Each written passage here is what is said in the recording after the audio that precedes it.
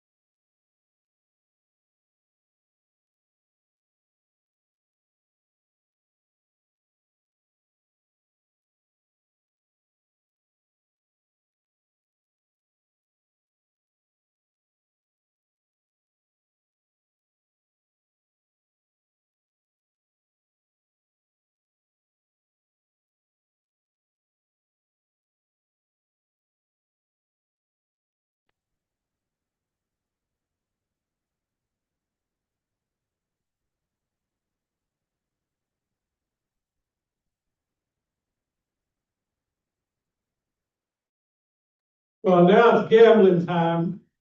I'd like to bring Gordon up here and also Brett Anderson because Cohesion is our lunch sponsor this month. All right. Right. Pulled 2 tickets. Gordon mixed them up real good. Last 4 digits, 0687. 0687. Ace of diamonds. Oh, we got one, and then 0672. 0672. Hey, Maggie. Yeah. Ace of diamonds. And what's our total? About $1,200. About $1,200. Well, be one less card. I've got to worry about. Ace of diamonds. Oh, so it's a diamond. It's a diamond. Here's your, just like that. Here's your diamond. There you go, thanks, it's gold coin.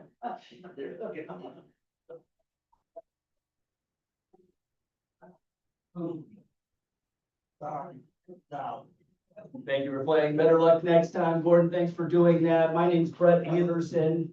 I own Cohesion. Cohesion is a sales, marketing, and support services group. If you know anybody that needs help growing their business, we find innovative ways to help grow. Let me know and I'll buy you a coffee. Thank you so much for supporting Rotary and all we do. Thanks.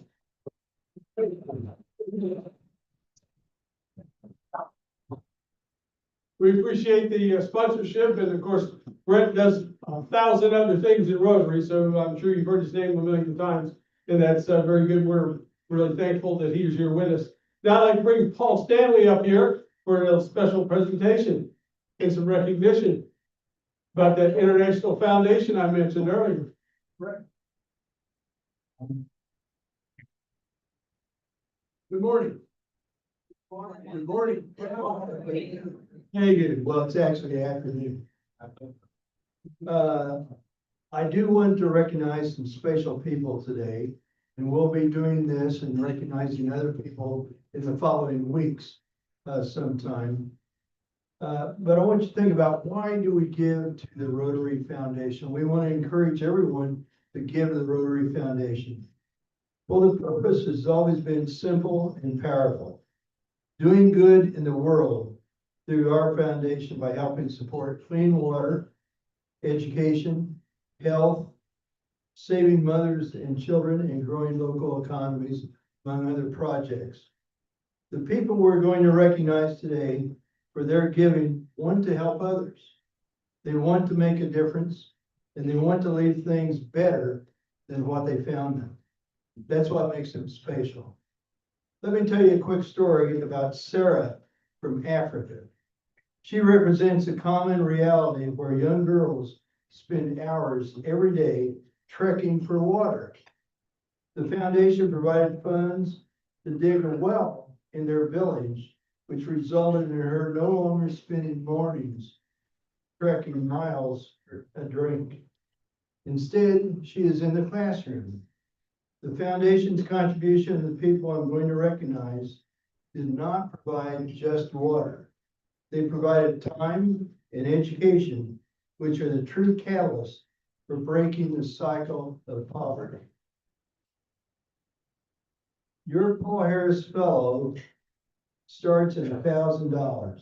You realize that once you reach that Paul Harris Fellow, you provided enough funds to dig a well in India for 300 people for a village, a small village. Very important. I'd like to bring up now Chris Campbell. Chris, you want to come up, please? And I don't think Alicia is here today. Is Alicia here?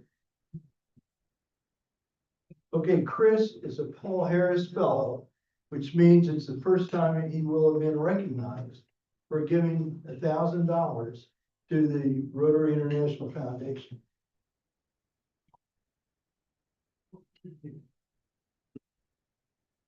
There you are. Chris?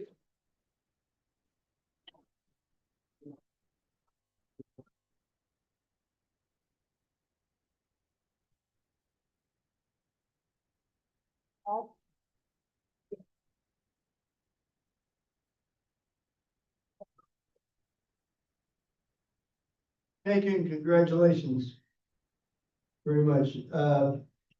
So the first time you're recognized as Paul Harris Fellow, you get a certificate plus a pin. After that is a Paul Harris Fellow 1. David Jones and Sean Lyons, are they here? Yes, I thought I saw Sean.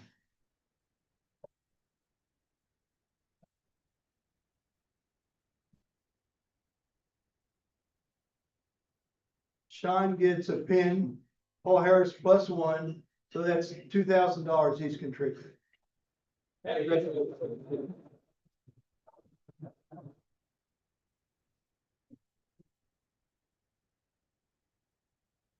do know Brad Blaine, who is a Paul Harris Fellow plus 2, is not here today. But Bill Wilson is. Bill Wilson, would you come up, please?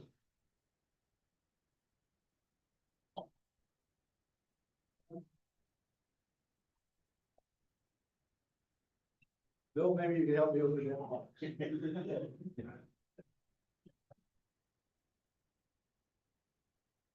There you go. Take a picture, don't take a picture. Bill is a Paul Harris Fellow +2, which means 3 things. Oh.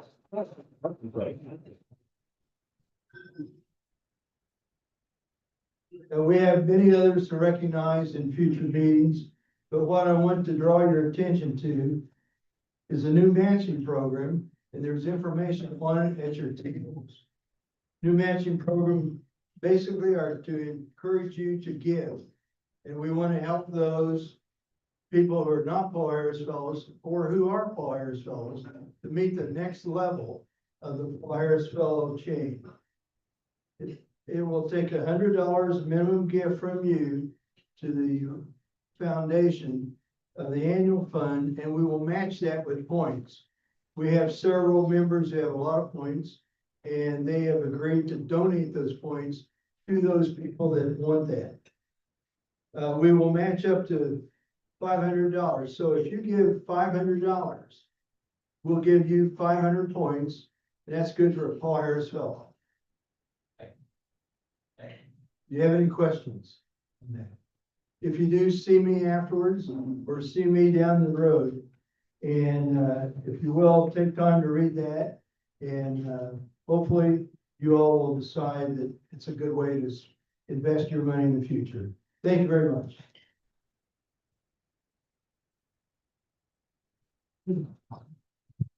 That's a good job being the Rotary Foundation Chair for the club. You need to really take a look at this Paul Harris matching points so that you can get recognition as well. The whole idea is to create this momentum, and it's a really good program, and it's been with our club for a long time. So those that do have the points are willing to give those points so that you can be a Paul Harris Fellow. So take that into account. I'd like to bring Susan Adams up here. Don't sit down. She has a special announcement. Every social event we have here is because she got it set up for us, so.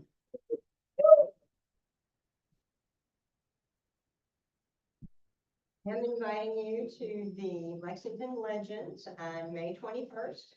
It is the third week. We won't have lunch that day. It'll be doing Rotary differently, so we want you to do it differently with the rest of us at the park. We have suites upstairs right now, and your ticket price gets you into the suite.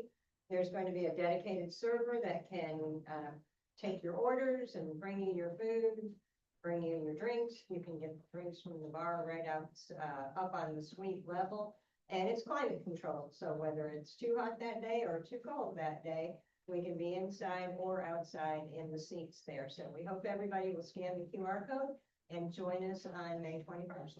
Thank you. When you didn't get a chance to go to the last one we had at the Legends game, you need to take a chance on this one because it's a ball. And being in the suites by ourselves there, and we can go inside and outside, it's a fantastic situation. The Dancing with the Lexington Stars event coming up, it's sold out, isn't it? Yes, it is. But there are things you can still do. Well, first thing is what? Bring what?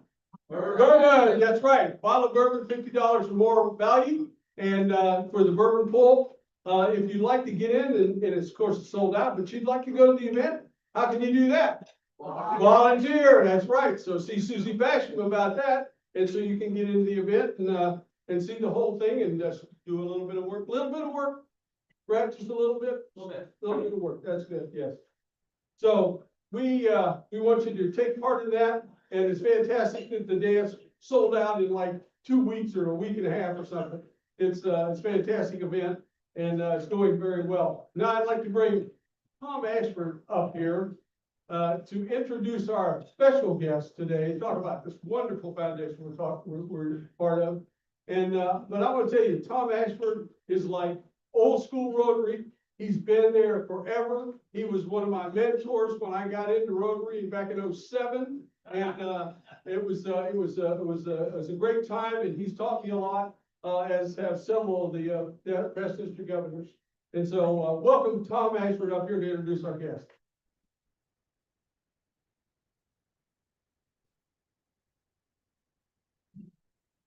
Thank you, Dean. Thank you. Actually, I prepared quite a few notes to introduce our speaker today. But in looking at the clock, I don't have time. So I'm gonna cut it short and simply say that support the foundation, please. If you're not already giving, please give to the foundation. Because this is a small world that we live in. And if one of us is threatened, all of us are at risk. We're all involved in this journey called life. We must keep an eye out for one another and make an extra effort to encourage one another. Each of us is a vital thread in the tapestry of the world. Our speaker today will enlighten all of us on the dreadful disease called polio. Many of us who lived through the 40s and 50s when polio was prevalent in the United States are gone, replaced by younger generations, many of whom have no idea what polio is or what it can do to our children and grandchildren, and rapidly. I met Leon first when he was a student in Transylvania and joined the Pi Kappa Alpha fraternity back in the 1970s. I didn't see him again until 2013, when I was sent to Panama City, Florida, to serve as the Rotary International President's representative at a district conference. Opie and I arrived, and we were in a large room with the table set up in a square. Couldn't see everybody sitting there. We were a little late arriving. But we soon found out that Leon was sitting at that table. He was soon to become the district governor of his district. And I didn't even know he was a Rotarian.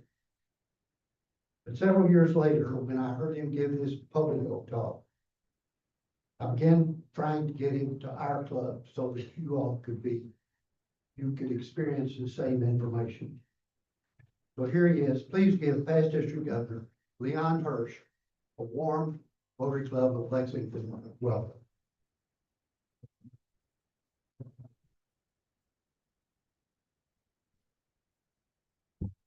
We okay on the mic? Okay, good.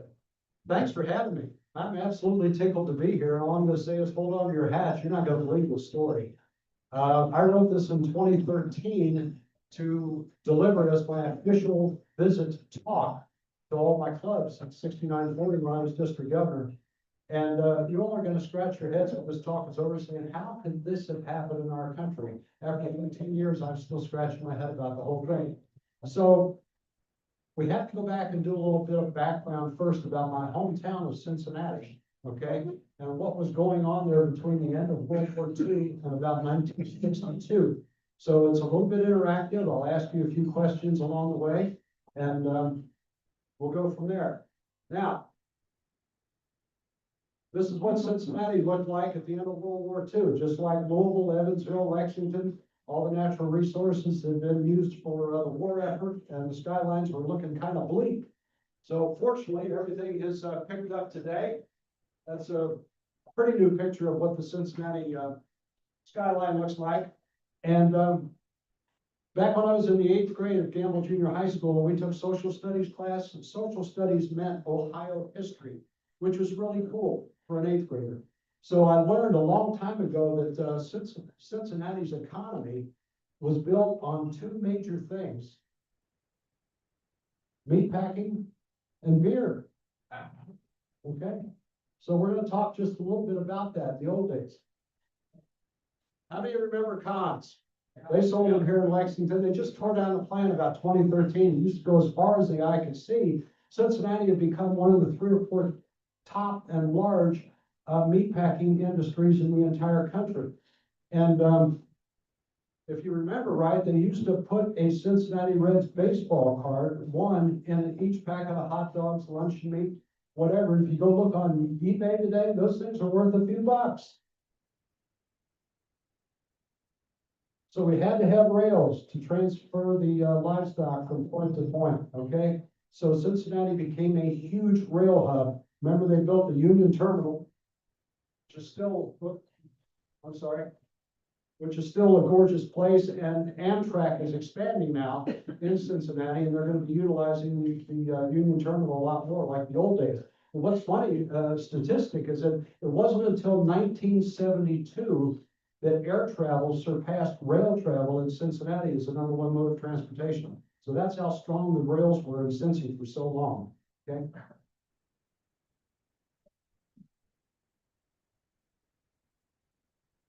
Well, it started with beer. And, I don't know if they had any breweries in Lexington back then. Local, they had what, Sterling and Fairs and Fall City and Earls. Did I cover them all? Oh, you guys remember? You were guzzling them just like I was guzzling Beautiful and Shaneling and all that. But, the breweries were huge. They employed thousands of people in Cincinnati. And, again, the rails came in for, shipping beer everywhere. Wheeling, over in Newport, Kentucky. Just huge for the industry. We used to call Little Kings water substitutes in college. Well, they were small, you know, they were 7 ounces, so, you know, one of those things we could get away with from time to time. But just like over in Louisville, GE is huge. On the north end of the county, right up I-75, they have this little town called Evendale. And that's where they make the jet engines for General Electric, both commercial and for the military. Okay, Louisville's got the huge appliance park over there that's GE. So in those 2 cities, GE is just employing thousands and thousands of people. And if you remember back to the financial crisis, yeah, GE did get into some problems playing with those things they call derivatives. But they can still go to the Dubai Air Show and pick up $40 billion worth of engine and parts orders. Pretty easy for them to do. Oh, I just wanted to go back to a quick slogan here. Beautiful was the largest brewery in Cincinnati, and when I was a kid going across the field with my parents to see the Reds play, the vendors would strap on a case of Beautiful, walk up and down the stairs between the aisles and yell, "Get moody with Hewdy." And I was 6, I didn't know what that meant, you know, but it was a kind of funny slogan. I used to go to school and yell that out in the middle of class. And I did get a little hot water from that from time to time, okay? So we talked about GE, Kroger. Holy cow. Humble beginnings back in the 1800s. They built this building about 1958 that started the whole urban renewal revitalization there on the north side of downtown Cincinnati.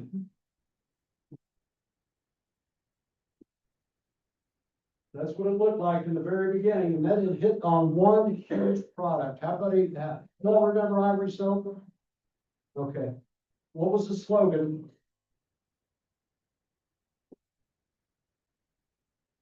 Oh, come on, you all. What? It floats. That's true. What was the other one? 9.49% pure. 99.4% pure. Close enough. You won't be fined for anything. Yeah. But then all of a sudden it just took off. You look at all the products that have come and gone under the Procter & Gamble umbrella over the years. It's just an amazing company.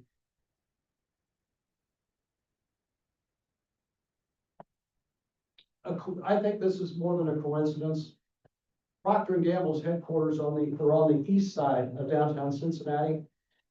Kroger is on the central side, so you got the product maker and the product distributor that are separated by about 1 mile of Central Parkway. And I think that was a little bit more than a coincidence when we built those headquarters. Now, they didn't just brew beer in Cincinnati. Seagram And Shenley was gonna give us all opportunities to get booty with a lot more than you. You know, that's for sure. So if you go up I-75, about halfway between downtown and the GE plant out in Evendale, on the west side where the whiskey distillery plants. They could recognize some of the brands. Dragon Chemical. When I was a kid growing up there, they were making Drano and Windex right there in Cincinnati. Huge chemical company. Through the mergers, they're part of the SC Johnson conglomerate now. How many of you have been on a riverboat cruise? Delta Queen Steamboat Company was headquartered in Cincinnati and gave you a nice leisurely way to go down to New Orleans or down to Memphis. All right, so we could tell after World War II, business in Cincinnati is really starting to boom, okay? Culturally, we were doing really well too. That's Music Hall on the west side of downtown that housed the Cincinnati Symphony Orchestra, the Pops Orchestra, and those people went out into the schools and they did everything with the public schools to get them involved with music. This particular class out of Westwood School rehearsed with the symphony and played a downtown concert with them in the evening. What a great experience for a bunch of 11-year-olds to do that. And I think you might agree that the young lad who's second from the left on the front row is quite a handsome lad, is he not? I'm glad you agree. Fountain Square, you all been up there? In the 60s, it was surrounded by theaters. The Archaeos, the Albion, the Grand, and the Guild, and the Schubert, and all. Just amazing. And what they did in the late 50s, they expanded and equipped their theaters so that the big Broadway plays could come to Cincinnati instead of everybody having to get on the train or hop on an airplane to go to New York to see them. Okay? Who's that? Most of the answers that I get over the years are Ella Fitzgerald, but that's Pearl Bailey. She performed at the Albion. I got a hug from her on stage when it was over. I was 10 years old in an absolute heaven. One of the great entertainers of our time. If you don't know who she is or know anything about her, look her up. Her performances on YouTube and just look her up on the net. What a fantastic lady. Cincinnati Zoo, for years, Cincinnati and San Diego used to duke it out to see who would be to have the best zoo in the country. And I think they're still duking it out a little bit. But you know, when I was a kid, we didn't get out of school till the end of the second week of June. So the first Tuesday in June was always Zoo Day. And if you belong to the Cincinnati public school system, as I did, a couple 100,000 kids got off school and got to go to the zoo one day. Okay. So culturally, things are coming along. Business-wise, Cincinnati's trucking going into the 60s. If you were a sports fan, oh my goodness, was this a good place to be? Who's that? Roger Staubach. Came out of Purcell High School in Cincinnati, one of the Catholic high schools. And then he did a year at New Mexico Military Institute to get him ready for the Naval Academy. Where he quarterbacked there and then quarterbacked the, wait a minute. Wait a minute. I had half a cup of coffee, my thumb's going nuts, okay? So, but again, he quarterbacked the Dallas Cowboys, as you remember, but he came out of Purcell High School in Cincinnati, okay? I'm gonna ask you, who's this guy? You basketball fans, you? Oscar Robertson, 17-year-old kid, came out of Indianapolis, enrolled at the University of Cincinnati, and turned the world of college basketball on its ear. The big guys were already starting to take over when he got to UC. If you think about Bill Russell and Wilt Chamberlain, and what he did was start a string of 5 consecutive trips to the Final Four for the UC Bearcats. Okay, so basketball up there, and then Xavier has come on strong over the last 20 years, and it's become quite a rivalry. It's really a great place for sports. Who was my hero growing up? Frank Robinson. He was our first African American manager, player manager for the Cleveland Indians in the mid-70s. He spent 10 years with the Reds, got him to the World Series for the first time in my lifetime. And then an awful trade. They thought he was old when he was 30. They traded him to Baltimore for 3 players at the end of his career, their careers. And they didn't go anywhere. Robinson won the Triple Crown and led Baltimore to the World Series title in his first year. That old man, you know. So, again, oh, one little extra sideline. There's Crossing Field when I was growing up, where the vendors used to yell, "Get booty with Judy." Who's that? Anybody pick out who that is? There's a C on the cap. That's Sandy Koufax. In 1954, if you can believe this, he was actually pitching for the University of Cincinnati, and the Reds let him get away to the Dodgers. Holy, I can't even talk about that.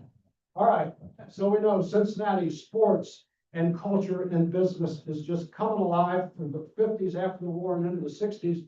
But you know what? There was something really, really important going on there as well. So without further ado, I want to introduce you to young Al Saperstein. He grew up in Bialystok, Russia in 1906. Came over on the boat with his family to Paterson, New Jersey when he was 15 years old. Didn't know any English. Fortunately, there was a family of cousins, aunt and uncle, that was established in Paterson. And the two cousins took him aside and spent a summer teaching him English so he could enroll in Paterson, New Jersey High School, where he graduated with honors and got accepted to NYU. Pretty cool. So 2 years in, the father of those two cousins was a prominent dentist in Paterson, New Jersey. And he went to young Al Saperstein and said, "You know, Al, I got to have somebody to lead the business to when I decide to retire. My own boys are not interested in the business. If you will study dentistry while you're here at NYU, you can come into practice with me. I'll bankroll all of your college expenses, then I'll have somebody to lead the business to." He said, "Well, thanks, Unc." So he spent 2 years toiling in pre-dentistry school at NYU and then decided that it wasn't what he wanted to do. And he went back and he told his uncle, he said, "Unc, I want to be able to study the things under the microscopes that you can't see with the naked eye, the things that are killing people, the myelitises and the cancers and the encephalitis, things like that. Dentistry is cool, but this other side is where my passion is." He said, "All right, Al, then have it your way," and he cut him off financially. So young Al Saperstein had to take a bunch of jobs, lab technicians, odd jobs, just to make it through school. So he gets through school, medical school, and he gets a residency at the very prestigious Bellevue Hospital in New York. So he spends a year there. And then he goes to the Lister Institute in England, and he gets to see what all those European viruses look like underneath the microscope that are killing so many people. And then he comes back and he hooks up with the Rockefeller Institute, where he is kind of like an assemblyman virologist now. Okay? Now we're talking in the mid-1930s. But by that time, little change had gone on. He had changed and shortened the family name from Saperstein to Sabin.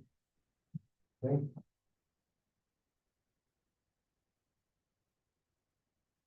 That's a picture of the first Cincinnati Children's Hospital Foundation building. It was built in the mid-1930s. They needed somebody to run it. They took applications from everywhere. Young Albert Sabin applied, and he got the job. So here we are, it's 1939, and Albert Sabin is running the Cincinnati Children's Hospital Foundation. And any of you in the medical field know that Cincinnati Children's Hospital, period, is a world-renowned facility today, okay? So he's having a good time doing that, and he's starting to really study in on virology and all these terrible diseases under the microscope. But first, here comes World War II. So he goes into the Army and immediately gets put on its virus board. That was a bit of a no-brainer. Rose up to the rank of lieutenant colonel. And in the worst war in the history of the planet so far, he's traveling around the globe with the Army, and he comes up with vaccines for Japanese encephalitis, dengue fever, and sandfly fever during the war. Incredible. So the war is over. He comes back to Cincinnati and they give him his old job back running the foundation. And they also made him the director of pediatric research at UC's medical school. And in turn, he helped start UC's neurology department and pathology department. So now we're getting up in the late 40s to 1950, and life is pretty good for Alvin, okay? One day, he's just kind of walking down along the banks of the Ohio River, looking up east from downtown. He sees the silhouette of somebody he's going to get to know very, very well. You know who that is? That's Dr. Jonas Salk. Interesting background. He is 8 years Albert Sabin's junior, okay? He didn't go off to the war, so he got a head start on the polio vaccine, all right? And he bounced around a little bit. He was educated at NYU, and he spent quite a few years at Michigan, and then he wound up at University of Pittsburgh. Okay? So this is where the two of them began their competition. And oh, what a competition it was. I would call it more teeth, hair, and eyeballs. You're supposed to laugh at that. Take a good look at this picture. This could be the closest picture we would ever have of these two guys actually smiling at each other. All right? But you have to think of the big picture. The weight of the world as it pertained to polio was on the weight of the shoulders. The weight of the world was on the shoulders of these two guys who now were separated by what, 500 nautical miles of Ohio River, right? And they were coming up with different formulas for their vaccine.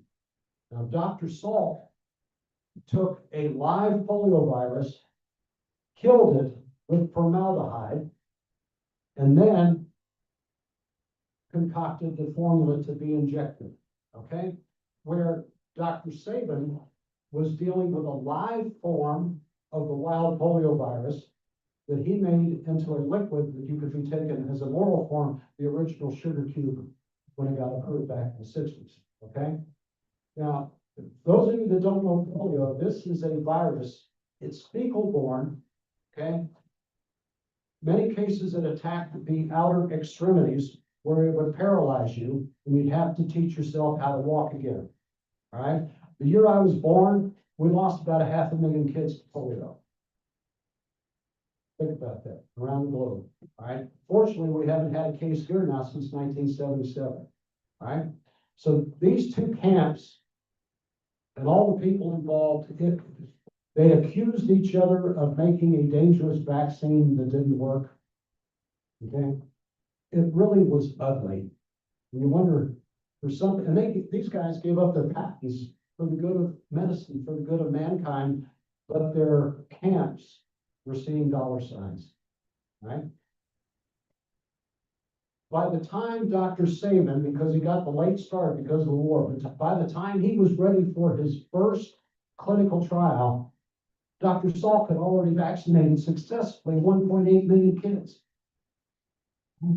So yes, it's true, Dr. Salk should have gotten his vaccine approved first. But you know how the FDA works today. If you've got two competing formulas, they're both going to have an opportunity to test and be heard by the regulatory agencies, okay?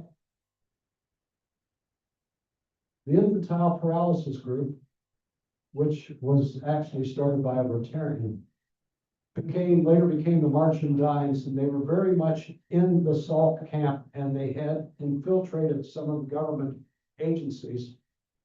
If you can believe this, they banned Dr. Sabin from being able to test his vaccine in the US any farther. After they kicked him down the river after the Salk vaccine got approved. Now you're scratching your head, all right, saying, that couldn't happen today. Well, you're right, but it happened back then.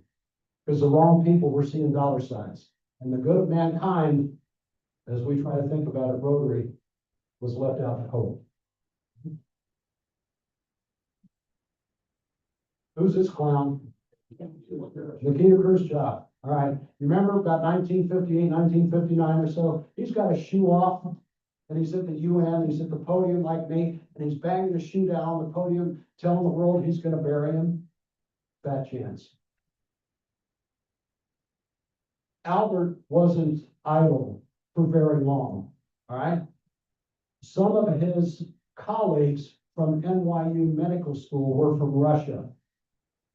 And by the time all of this happened, they had become prominent virologists in Russia.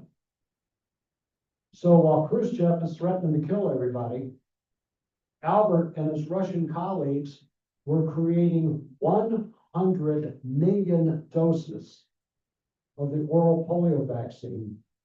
So our regulatory bodies were going to start getting results in from all over the world, whether they wanted to or not. Okay. And they started vaccinating everybody. Ireland, Turkey, Greece, half the European Union, the whole bit, all getting vaccinated. So we've got millions of results starting to come in, but nobody cares until a tragedy happens.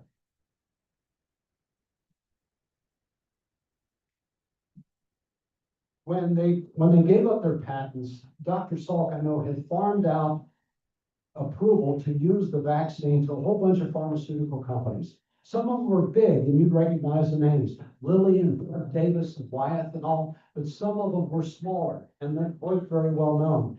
Cutter was a family based pharmaceutical company and based out of California. They've been around since the 1890s. And leading up to this, it's interesting that every one of these pharmaceutical companies that received the injectable vaccine, they were having to create the vaccine from the live polio virus and kill it with formaldehyde. Every one of those companies from time to time had contacted Dr. Salk saying, you know, Doc, we're just not sure that we're killing all the live polio virus with the formaldehyde. And the Salk camp said, well, what's the matter with you all? My little laboratory admitted we just took care of 1.8 million people. Get your acts together. Well, they tried real hard. They had an awful contamination incident. Cutter, out in California. Several Western states were affected just like that, just almost overnight. Okay. Severely paralyzed 200 kids. Killed 10. They laughed it off that they only killed 10 kids. You kill one kid, it's a tragedy. You know, 10's over the top in my book.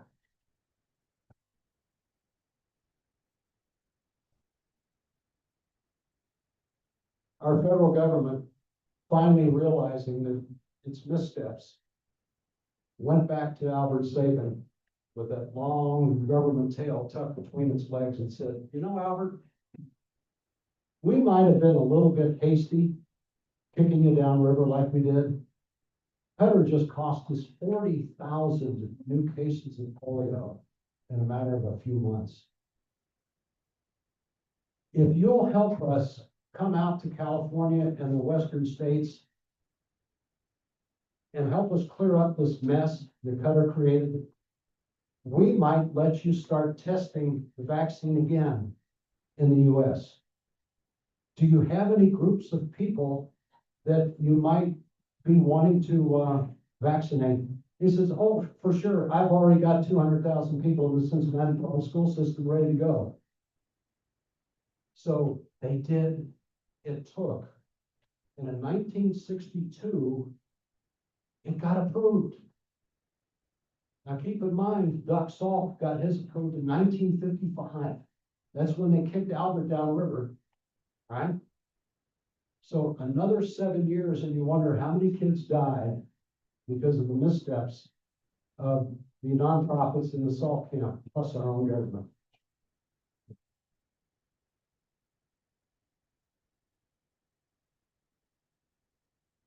In 1967, we start wondering, well, what was Albert doing 5 years after? Well, he was down in Cuba. He and Cuban scientists were mapping out a distribution system for the entire Caribbean for polio, which does prove that once in a while, good medicine trumps bad politics, doesn't it? Okay. How many of you ever seen an iron lung? This was the nastiest part of the polio virus. It would attack your chest muscles. This is how we lost a bunch of kids. And you couldn't breathe by yourself. In the room. If your parents could get you to a hospital that happened to have a vacant iron lung, you might survive for at least a little while. We lost a lot of kids that way. Okay. So we got on a global roll. He won the Presidential Medal of Freedom from President Nixon. And all of a sudden started to get the acclaim that he deserved. Neither vaccine was perfect, and I'll get into that in just a minute. Just 1 second. Yeah. Folks, I know some of you need to go. I know Leon's gonna be winding this up pretty And I'm quick. right at the end. But, just wanted, if you need to go, go ahead, go with it. Yeah. This is what the foundation building looks like for Cincinnati Children's Hospital. It's about 2 miles from where I grew up.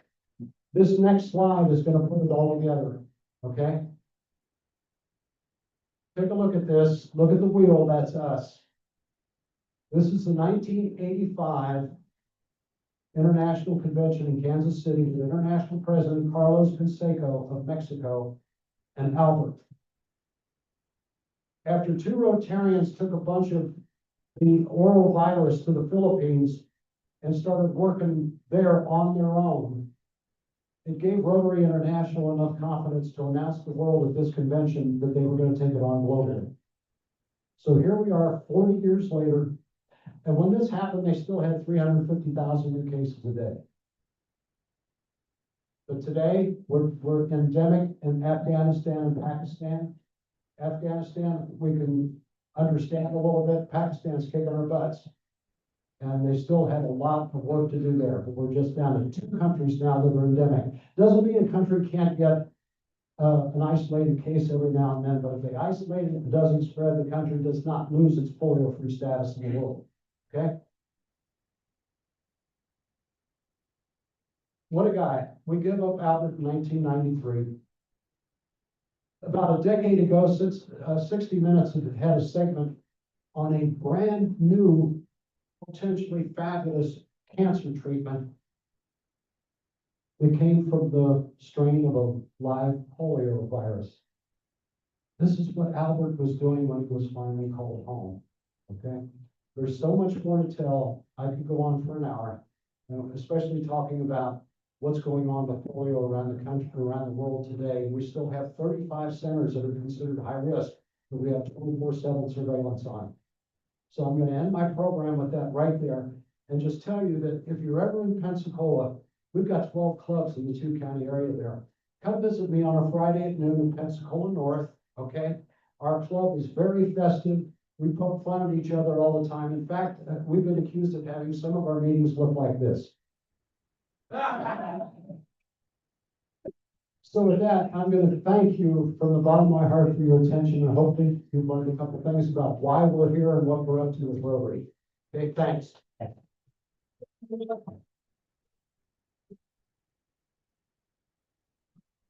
We've got a token of our appreciation. This is a lithograph from our very own Bill Strauss. He took a Keynote, so it's very, very nice. I hope you enjoy that. We really appreciate you telling this story about us. Thank you. Good. Thank you.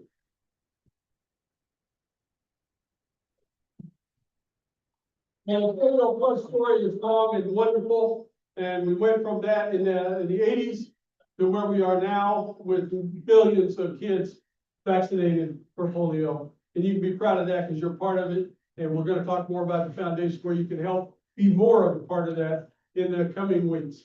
So I think that's it. Let's go to the Legends game next week. And I'll see you on the next 2 weeks. Is it 2? Yes, 2 weeks. I'm sorry. 2 weeks. And I'll see you next Thursday. We're adjourned.